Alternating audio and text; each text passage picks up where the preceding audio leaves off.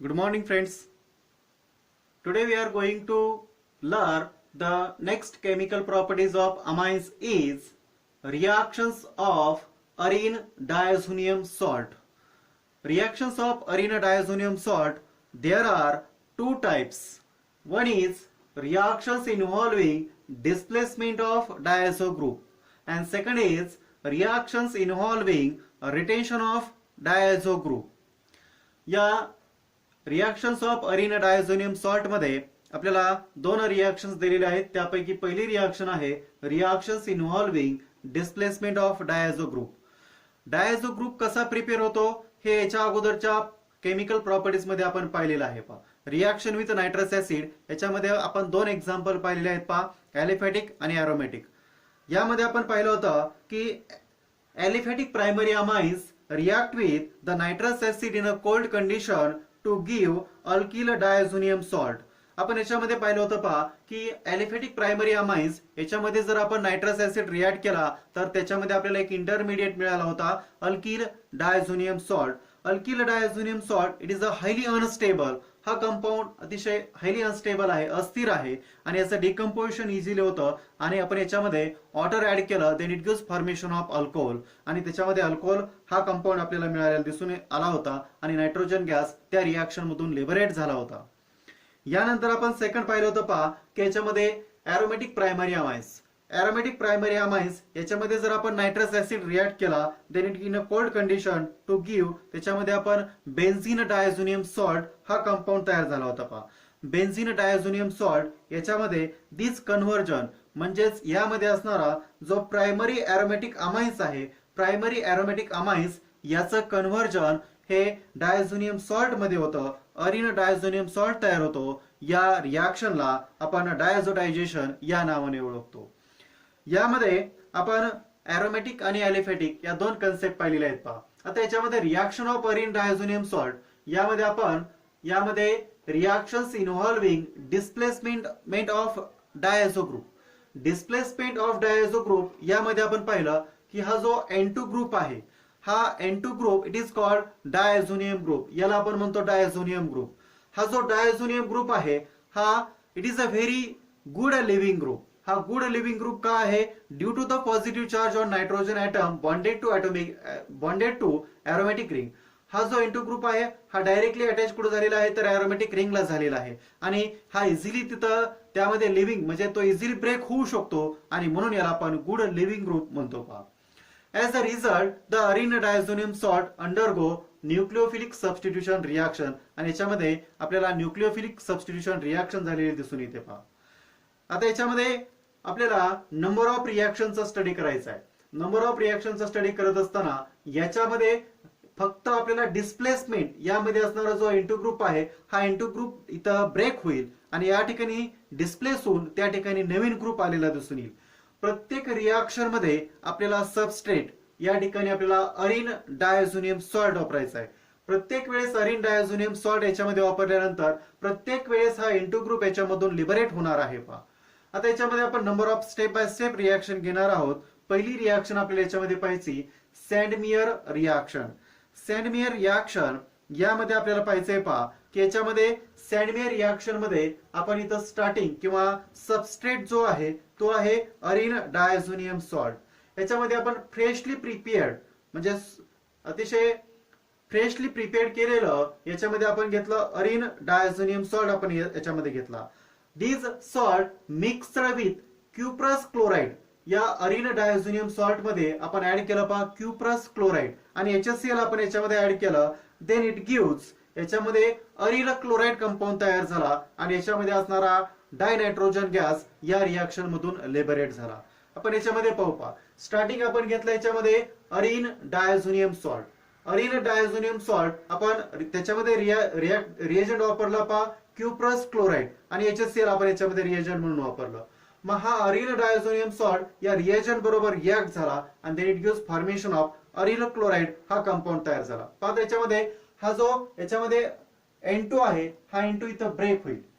हा इथं ब्रेक झाल्यामुळं या ठिकाणी N2 गॅस याच्यातून लिबरेट होईल.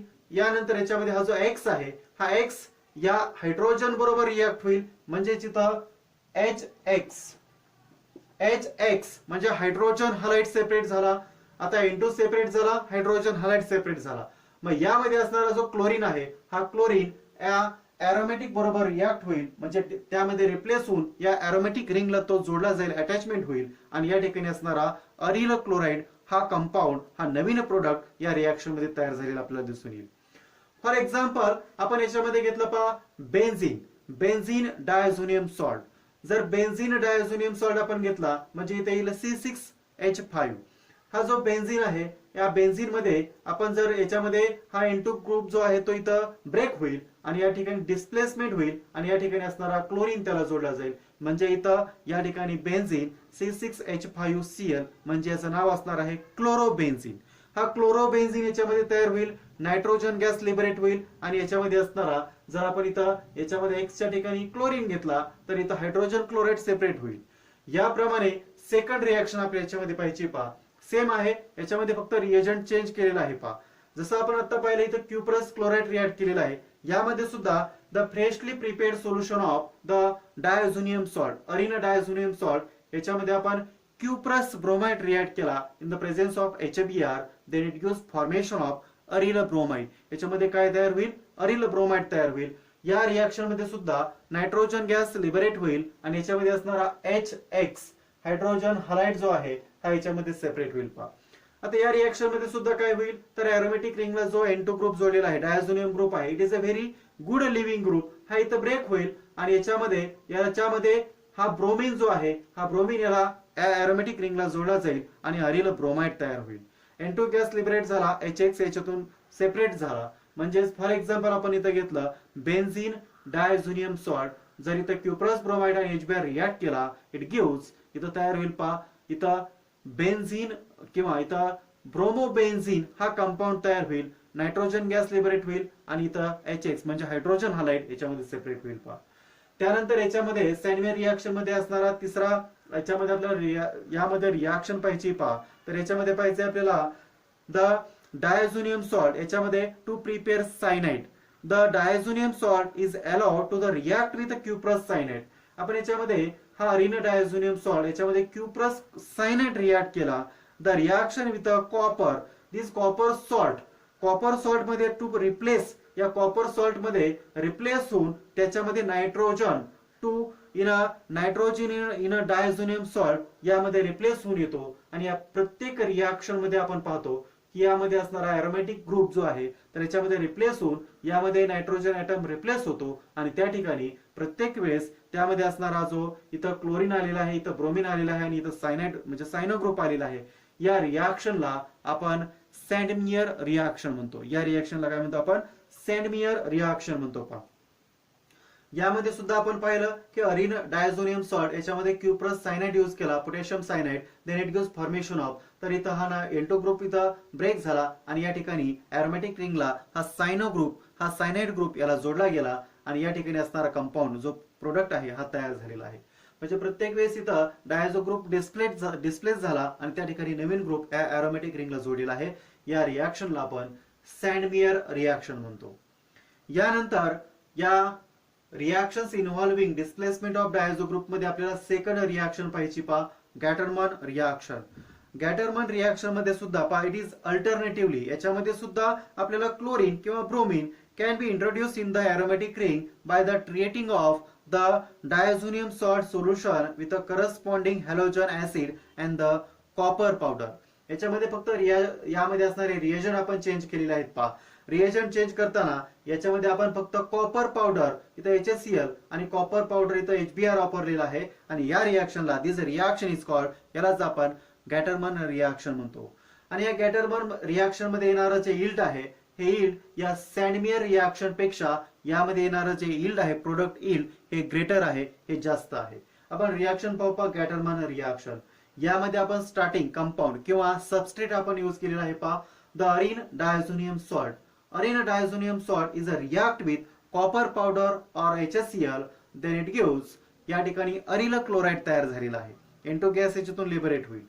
सेम रिॲक्शन दिलेली आहे पहा याच्यामध्ये, arene diazonium salt is a react with copper powder or HBr, then it gives the aryl bromide आणि नायट्रोजन गॅस याच्यातून लिबरेट झालेला आहे.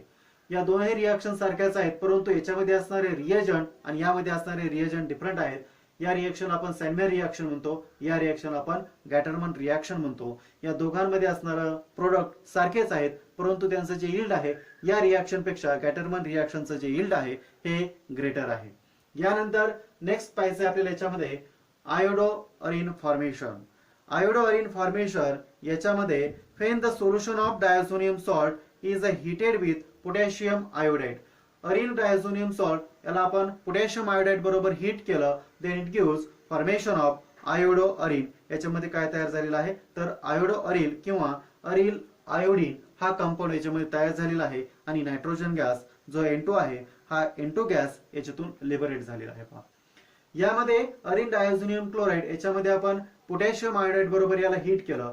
हीट केल्यानंतर याच्यामध्ये असणारा हा बॉन्ड ब्रेक होईल, N2 गॅस याच्यातून लिबरेट होईल. त्यानंतर पोटॅशियम बरोबर क्लोरीन रिएक्ट होऊन KCl सेपरेट होईल आणि यामध्ये असणारा जो आयोडीन आहे हा आयोडीन रिप्लेस होऊन या एरोमॅटिक रिंगला जोडला जाईल. म्हणजेच आपला जो कंपाऊंड आहे, जो प्रोडक्ट आहे हा आयोडो अरिन किंवा यामध्ये असणारा अरिन आयोडाइड हा कंपाऊंड हा प्रोडक्ट याच्यामध्ये तयार होईल आणि N2 गॅस या रिएक्शन मधून लिबरेट होईल. यानंतर पुढची रिएक्शन याच्यामध्ये दिलेली आहे पहा माइल्ड रिडक्शन. माइल्ड रिडक्शन यामध्ये आपल्याला स्टार्टिंग सबस्ट्रेट जो आहे हा आहे अरिन डायझोनियम क्लोराइड.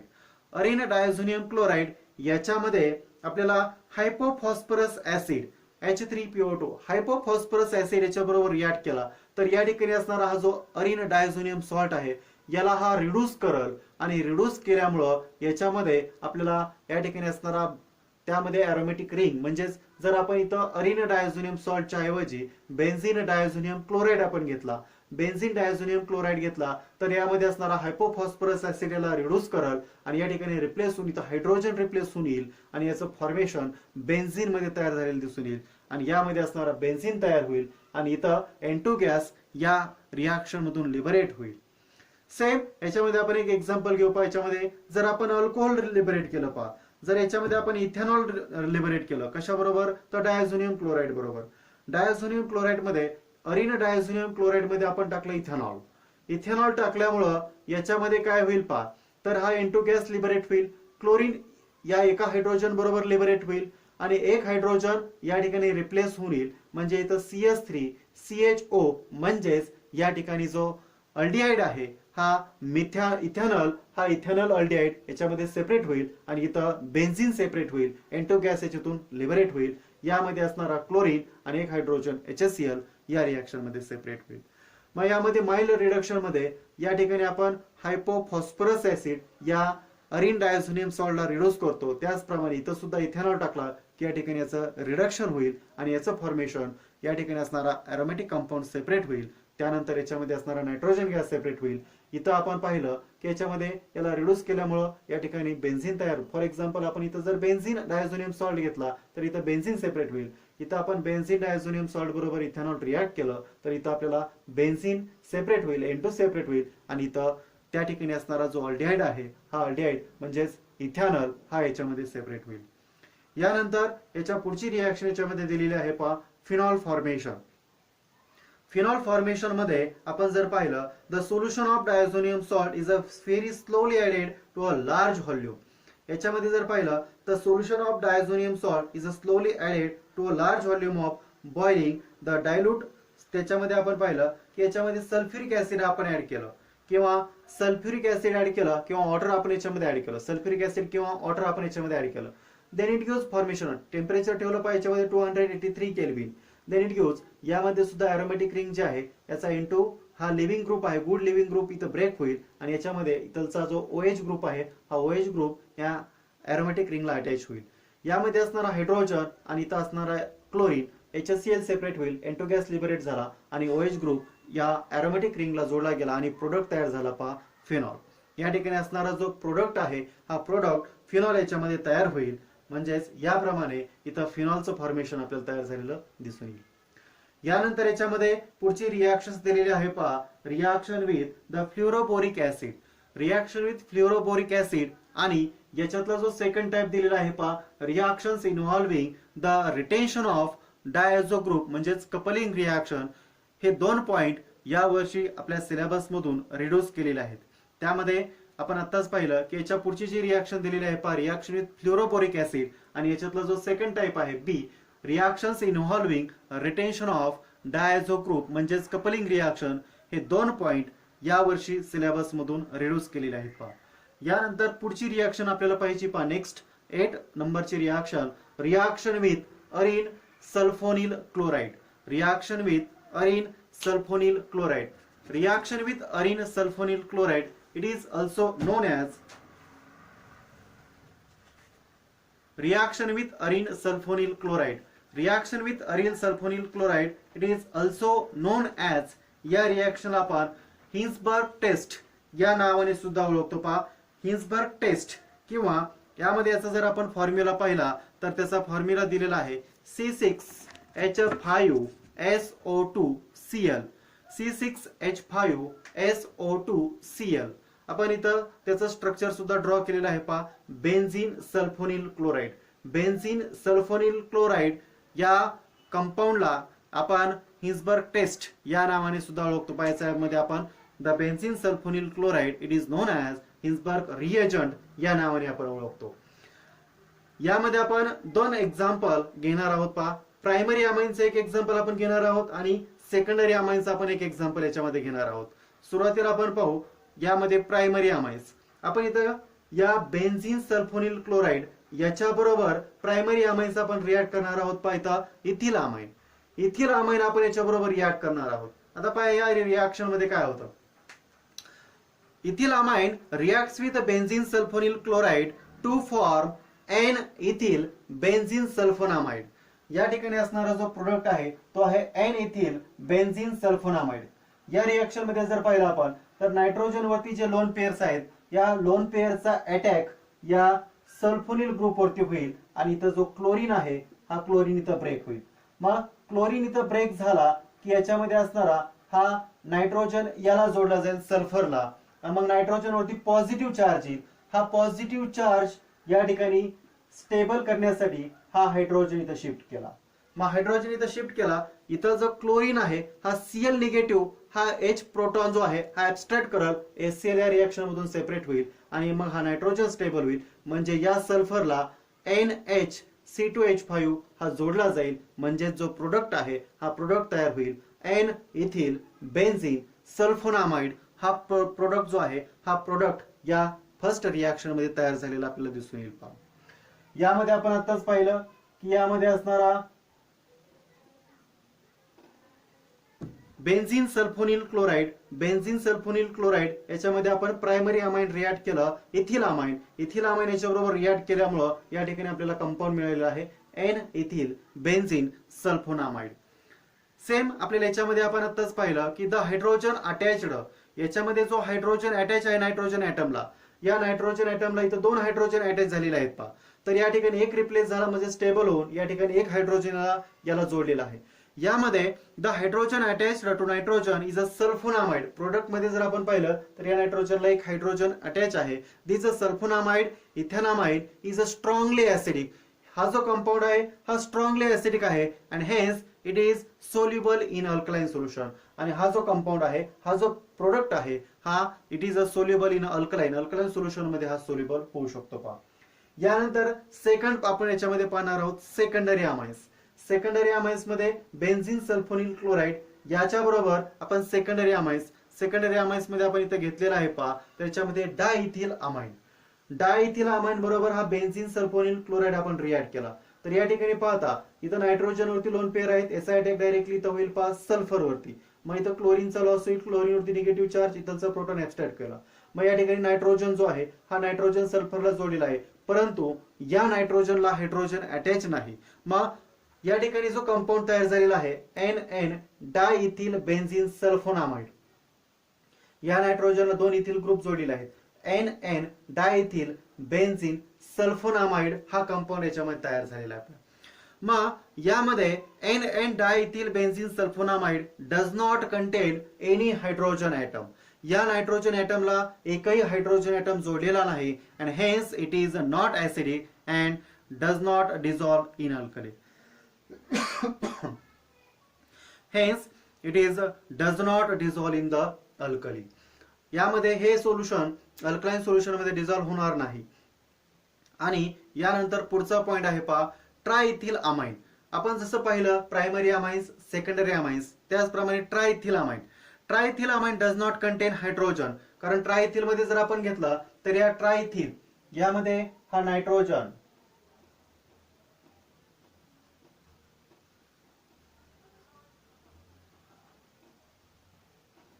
या ट्रायइथिल अमाइन मध्ये आपण जर पाहिलं तर does not contain hydrogen attached to nitrogen and hence does not react with benzene.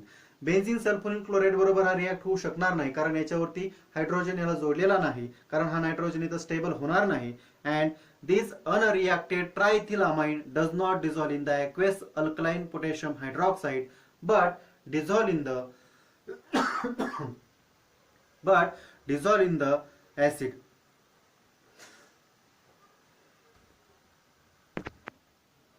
Reaction with arene sulfonyl chloride यामध्ये आपण हिन्सबर्ग टेस्ट यामध्ये आपण पाहिलं की हिन्सबर्ग टेस्ट किंवा हिन्सबर्ग रिएजंट याच्यामध्ये आपण हिन्सबर्ग रिएजंट म्हणजे काय तर benzene sulphonyl chloride.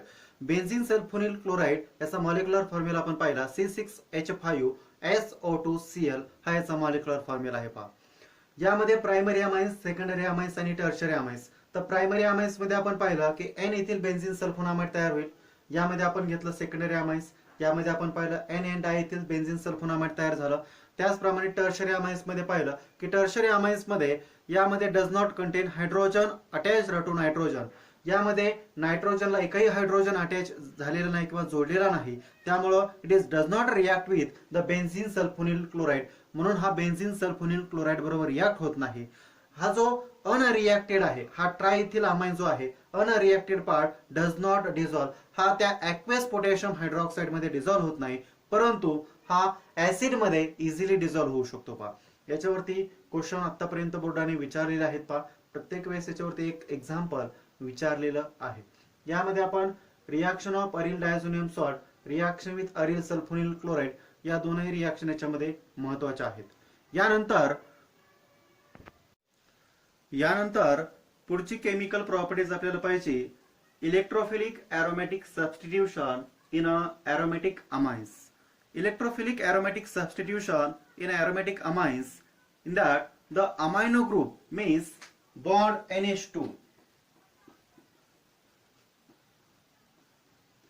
This amino group is a ortho and para directing, and it is a powerful the ring activating group, because aniline, the aniline is a resonance hybrid, has a 5 structure.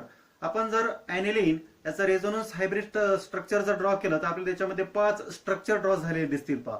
या 5 पैकी ortho आणि para पोझिशनचे जे structure आहेत याच्यामध्ये electron density ही सगळ्यात highest आहे. and it is a these are the aniline undergoes electrophilic substitution reaction in a ortho and para position. यामध्ये जर आपण पाहिलं तर ॲनिलिनचे आपण जर त्याच्यामध्ये रेझोनन्स हायब्रिड स्ट्रक्चर ड्रॉ केले तर आपल्याला त्याच्यामध्ये 5 स्ट्रक्चर दिसतात पहा. या 5 पैकी जो ऑर्थो आणि पॅरा पोझिशन जो आहे याच्यावरती इलेक्ट्रॉन डेन्सिटी हायेस्ट आहे. अँड देन तर याच्यामध्ये as a result the aromatic amines readily undergo electrophilic substitution reaction in ortho and para position. यामध्ये आपल्याला पहिली रिएक्शन पाहिजे पहा, bromination. The aniline reacts with bromine water at a room temperature to give a white precipitate of a 2,4,6 tribromoaniline. या reaction मध्ये सुरुवातीला हा aniline मध्ये जर आपण ब्रोमिन वॉटर रिएक्ट केला, ब्रोमिन वॉटर याच्याबरोबर रिएक्ट केला, then it gives formation of, याच्यामध्ये तयार झालेला व्हाईट प्रेसिपिटेट तयार होईल. आणि या व्हाईट प्रेसिपिटेट मध्ये जो प्रोडक्ट आहे याचं नाव आहे 2,4,6 ट्रायब्रोमोएनिलीन.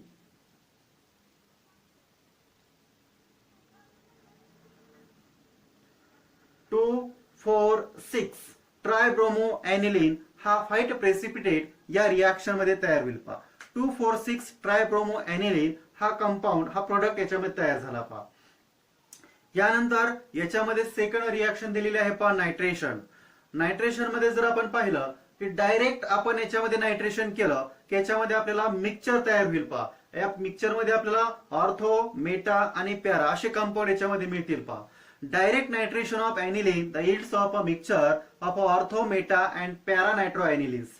यामध्ये जर आपण पाहिलं तर ही रिएक्शन ऍसिडिक मीडियमला आहे पहा. इन ऍसिडिक मीडियम मध्ये आपल्याला हा जो अमायनो ग्रुप आहे हा अमायनो ग्रुप या ऍसिड मुळे प्रोटोनेटेड होईल आणि प्रोटोनेट झाल्यामुळे याच्यामध्ये मेटा डायरेक्टिंग जो मेटा डायरेक्टिंग ग्रुप आहे हा डिऍक्टिव्हेटिंग होईल आणि hence considerable amount of the काही प्रमाणामध्ये याच्यामध्ये आपल्याला मेटा नायट्रोएनिलीन हा याच्यामध्ये तयार झालेला आपल्याला दिसून येईल. या रिएक्शन मध्ये जर आपण पाहिलं तर याच्यामध्ये आपल्याला डायरेक्ट आपण नायट्रेशन केलं. डायरेक्ट नायट्रेशन करताना एनिलीन बरोबर मध्ये आपण जर कॉन्सन्ट्रेटेड नायट्रिक ऍसिड आणि कॉन्सन्ट्रेटेड सल्फ्युरिक ऍसिड टाकलं आणि याच्यामध्ये जर आपण रिएक्शन 288 केल्विन याच्यामध्ये या टेम्परेचरला जर रिएक्शन लावली देन इट गिव्स याच्यामध्ये आपल्याला 3 इथं प्रोडक्ट तयार झाले दिसतील पहा. हे मिक्सचर आहे. याच्यामध्ये हा कंपाऊंड आहे पहा ऑर्थो नायट्रो एनिलीन, हा आहे मेटा नायट्रो एनिलीन आणि हा कंपाऊंड आहे पॅरा नायट्रो एनिलीन असं मिक्सचर तयार झालेलं दिसून येईल पहा. यामध्ये हा मेटा प्रोडक्ट का तयार होतो तर कारण या ठिकाणी सुरुवातीला जो एनिलीन आपण याच्यामध्ये ऍसिडिक मीडियमला हा प्रोटोनेटेड होईल आणि प्रोटोनेट झाल्यामुळं यामध्ये असणारा द मेटा डायरेक्टिंग आणि याच्यामध्ये हा जो ग्रुप आहे हा त्यामध्ये असणारा NH3 ग्रुप हा प्रोटोनेट होईल आणि याच्यामध्ये असणारा जो मेटा डायरेक्टिंग ग्रुप आहे हा याच्यामध्ये it is obtain is a considerable amount of meta nitroaniline is a obtain. यामध्ये जर आपण प्रोडक्ट यील्ड पाहिलं तर याच्यामध्ये ऑर्थोचं यील्ड आहे पहा 2%, मेटाचं यील्ड आहे पहा 47% आणि पॅराचं यील्ड आहे पहा याच्यामध्ये 51% असं यील्ड याच्यामध्ये आपल्याला तयार झालेलं दिसून येईल. ओके, याच्यामध्ये जर आपल्याला हवीवर to get the para nitroaniline as a major product the first amino group is protonated by acetylation, then nitration is carried out and then amide is hydrolyzed. यामध्ये जर आपण पहा यामध्ये आपल्याला सुरुवातीला जर इथं जसं आपण पाहिलं की जर याच्यामध्ये डायरेक्ट नायट्रेशन आपण केलं की आपल्याला इथं मिक्सचर मिळतंय पहा. परंतु आपल्याला जर मेजर प्रोडक्ट हा जर आपल्याला पॅरा नायट्रो एनिलीन तयार करायचा असेल तर सुरुवातीला हा जो एनिलीन आहे या एनिलीनचा यामध्ये असणार हा अमायनो ग्रुप हा प्रोटोनेट करायचा पहा. याच्यासाठी आपण याच्यामध्ये ऍसिडिक अनहायड्राइड यूज केलं. ऍसिडिक अनहायड्राइड याच्यामध्ये यूज केल्यामुळं यामध्ये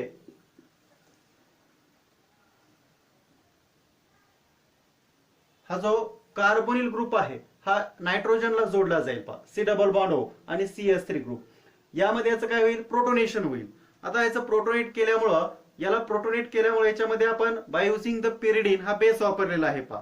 मग सुरुवातीला याचं ऍसिटिलेशन होईल. यामध्ये असणारा जो इंटरमिडिएट आहे हा इंटरमिडिएट आहे पहा ऍसिटिनिलाइड हा याच्यामध्ये तयार होईल पहा. यानंतर याच्यामध्ये मग आपण ऍसिड यूज केलं पहा. याच्यामध्ये कॉन्सन्ट्रेटेड नायट्रिक ऍसिड आणि कॉन्सन्ट्रेटेड सल्फ्युरिक ऍसिड यूज केलं. Then it gives formation of यामध्ये असणारा जो पॅरा नायट्रो ऍसिटानिलाइड तयार होईल पहा. यामध्ये असणारा एनोटो ग्रुप जो आहे तो पॅरा पोझिशनला येईल. पॅरा नायट्रो त्यामध्ये असणारा ऍसिटानिलाइड हा त्यामध्ये असणारा दुसरा इंटरमिडिएट तयार होईल पहा.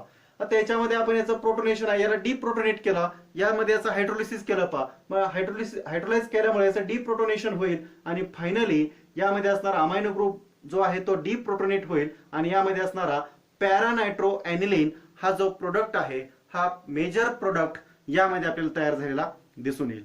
या रिएक्शन मध्ये आणि या रिएक्शन मध्ये असणारा डिफरन्स पहा. इथं डायरेक्ट नायट्रेशन केलं की यामध्ये आपल्याला ऑर्थो मेटा पॅरा हे तीनही मिक्सचर मिळतील. परंतु जर आपल्याला पॅरा प्रोडक्ट हा मेजर घ्यायचा असेल तर सुरुवातीला या एनिलीन मध्ये असणारा जो अमायनो ग्रुप आहे हा अमायनो ग्रुप आपण ऍसिडिक अनहायड्राइड याने प्रोटेक्ट केला आणि यामध्ये असणारा ऍसिटानिलाइड तयार झाला. त्याच्यानंतर त्याच्यामध्ये आपण यामध्ये असणारा जे नायट्रेशन साठी याचं डायरेक्ट नायट्रेशन केलं by using the concentrated nitric acid आणि concentrated sulphuric acid. Then it gives the para nitro acetanilide. त्यानंतर याचं डीप्रोटोनेट करण्यासाठी याचं हायड्रोलिसिस केलं आणि हायड्रोलाइज केल्यामुळं यामध्ये असणारा पॅरा नायट्रो एनिलीन हा प्रोडक्ट मेजर प्रोडक्ट आपल्याला इथं तयार झालेला दिसून येईल पहा. यानंतर या इलेक्ट्रोफिलिक एरोमॅटिक सबस्टिट्यूशन मध्ये असणारी शेवटची रिएक्शन आपल्याला पाहिजे पहा सल्फोनेशन. या सल्फोनेशन मध्ये aniline reacts with the concentrated sulfuric acid to form anilinium hydrogen sulfate, which on the heating the sulfonic acid at a 453 to 473 Kelvin then produces the para amino benzene sulfonic acid. It is also known as the sulfanilic acid. हा product याच्यामध्ये तयार होईल पहा. या sulphonation मध्ये aniline आहे पहा. या एनिलीन याच्या बरोबर आपण कॉन्सन्ट्रेटेड सल्फ्युरिक ऍसिड रिएक्ट केला पहा. कॉन्सन्ट्रेटेड सल्फ्युरिक ऍसिड या एनिलीन बरोबर रिएक्ट केला की याच्यामध्ये आपल्याला इंटरमिडिएट तयार झाला पहा ॲनिलिनियम हायड्रोजन सल्फेट. यामध्ये असणारा anilinium hydrogen sulphate which on heating with, याला आपण हिट केलं बाय युझिंग द 453 टू त्यामध्ये 473 केल्विन एवढं आपण त्याच्यामध्ये टेम्परेचर ठेवलं रिॲक्शन मध्ये. Then produces the para amino benzene sulphonic acid, किंवा याचं दुसरं नाव आहे पहा सल्फेनिलिक ऍसिड. हा प्रोडक्ट याच्यामध्ये हा जो मेजर प्रोडक्ट आहे हा सल्फोनेशन मध्ये असणारा इथं तयार झालेला आपल्याला दिसून येईल पहा. सल्फेनिलिक ऍसिड याला जर आपण एक्झिट केलं पहा ऍज अ सॉल्ट, याच्यामध्ये जर याला एक्झिट केलं तर याच्यामध्ये it is a rearrangement, it is a formation of salt, it is called, याला जर आपण डायपोलर आयन किंवा झ्विटर आयन या नावाने हा ओळखला जातो पहा. सल्फोनेशन मध्ये आपण पाहिलं की याच्यामध्ये ॲनिलीन मध्ये आपण काय रिॲक्ट केलं, कॉन्सन्ट्रेटेड सल्फ्युरिक ऍसिड रिॲक्ट केलं. काय तयार झाला आपला इंटरमिडिएट, तर याच्यामध्ये तयार झाला ॲनिलिनियम हायड्रोजन सल्फेट तयार झाला. ॲनिलिनियम हायड्रोजन सल्फेट तयार झाल्यानंतर याला आपण हीट केलं by using the 453 to 473 kelvin temperature. Then it gives formation of, यामध्ये असणारा जो मेजर प्रोडक्ट आहे हा मेजर प्रोडक्ट या ठिकाणी प्रोड्यूस झाला para amino benzene sulphonic acid, किंवा यालाच आपण म्हणतो यामध्ये सल्फेनिलिक ऍसिड. हा जो प्रोडक्ट आहे हा तयार झाला. याच्यामध्ये आपण याचं रिअरेंजमेंट किंवा याच्यामध्ये जर सल्फेनिक ऍसिड एक्झिट केला की इथं सॉल्ट तयार होईल, आणि या सॉल्टचं नाव आहे पहा डायपोलर आयन, किंवा आपण याला झ्विटर आयन या नावाने हा ओळखला जातो पहा. या ठिकाणी आपल्या ज्या केमिकल प्रॉपर्टीज आहेत पहा अमाइनच्या, या केमिकल प्रॉपर्टीज आपल्या या ठिकाणी संपलेल्या आहेत. यामध्ये आपण साधारणतः वेगवेगळ्या जवळपास 8 ते 9 केमिकल प्रॉपर्टीज यामध्ये स्टडी केलेल्या आहेत पहा. यावर आधारित क्वेश्चन बोर्ड एक्झाम मध्ये विचारले जाऊ शकतात. Okay, today's lecture is over. Thank you.